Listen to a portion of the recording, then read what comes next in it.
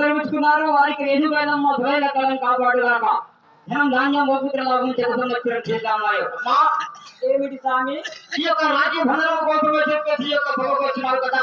అవును కదా. రాజ్యం ఎవరు కట్టాలనుకుంటున్నావు నీవు? ఇంకెవరికి కడతారు? మా అన్నయ్య కడతా. అన్న కడతావా? నేను నా కడతామని నీ కట్టేటప్పుడు కడతా కదా. అంతే అంటవా?